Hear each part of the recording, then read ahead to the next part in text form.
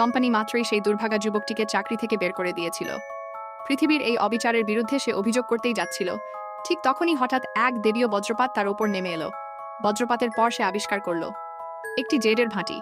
সে ভাবল কে এটা উপর থেকে ফেললো। সে কাউকে দেখতেও পেল না। ভাঁটি সে সাথে করে বাড়িতে নিয়ে এলো।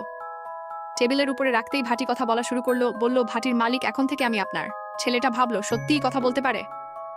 ভাঁটিটি জানালো এটি কোনো সাধারণ জেডের ভাঁটি নয়। ছেলেটি ভাবলো এটা হয়তো কল্পনা। তখন ভাঁটি বলল, একবার পরীক্ষা করে দেখো, এই খালি কেনের বোতলটা দাও ভিতরে। বোতলটা দেওয়ার সাথে সাথে একটি আলো বের হয়ে একটি আংটি, সোনার আংটি হয়ে গেল। তবে পরক্ষণেই সে অনুভব করলো এর শক্তি দ্রুত কমে যাচ্ছে। বারবার পরিশোধন করলে শক্তির অপচয় এত বেশি হচ্ছে যে সে আশঙ্কা করলো এভাবে চলতে থাকলে সে নিজেই দুর্বল হয়ে পড়বে। তখন ভাঁটি বলল, সে ক্লান্ত হচ্ছে কারণ তার শরীর নশ্বর। ভবিষ্যতে এই ফার্নেস থেকে পরিশোধিত অমরত্বের বড়ি তৈরি করে সে নিজের দেহকে শক্তিশালী ও উন্নত করতে পারবে।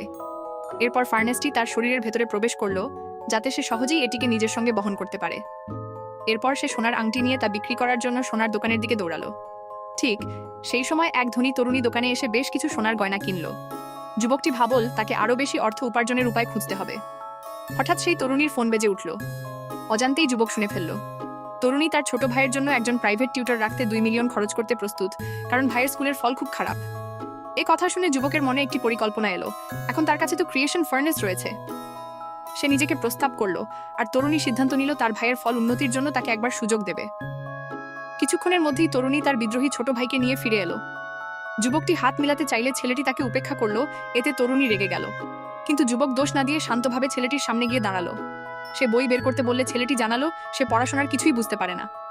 তখন যুবক বলল তার কাছে এমন একটি পদ্ধতি আছে যা খুব কম সময় নম্বর বাড়িয়ে দিতে পারে, তাতে মাথা ঘামানোরও প্রয়োজন নেই। এরপর যুবক একটি রহস্যময় স্ফটিক ছেলেটিকে খাইয়ে দিল। স্ফটিকটি গিলে ফেলতেই ছেলেটির মস্তিষ্ক যেন সক্রিয় হয়ে উঠল। জ্ঞান তার মাথার ভেতর ঘুরতে লাগলো। যুবক একটি প্রশ্নপত্র বের করলো, আর ছেলেটি তা দেখে সহজেই সব উত্তর লিখে ফেলল। এবার ফল প্রকাশের সময় এসে গেল। তার বোন সবাই মিলে দেখতে গেল। সবাই অবাক দেখতে পেল মেয়েটির ভাই স্কুলে টপ 10-এ উঠে গেছে। যদি ভালো লেগে থাকে তাহলে অবশ্যই একটি লাইক করে দিও। এমন আরো দারুণ ভিডিও পেতে এখনই চ্যানেলটি সাবস্ক্রাইব করে রেখো, আর কমেন্ট করে জানিয়ে দিও আজকের ভিডিওটি তোমার কেমন লেগেছে। দেখা হবে পরের ভিডিওতে।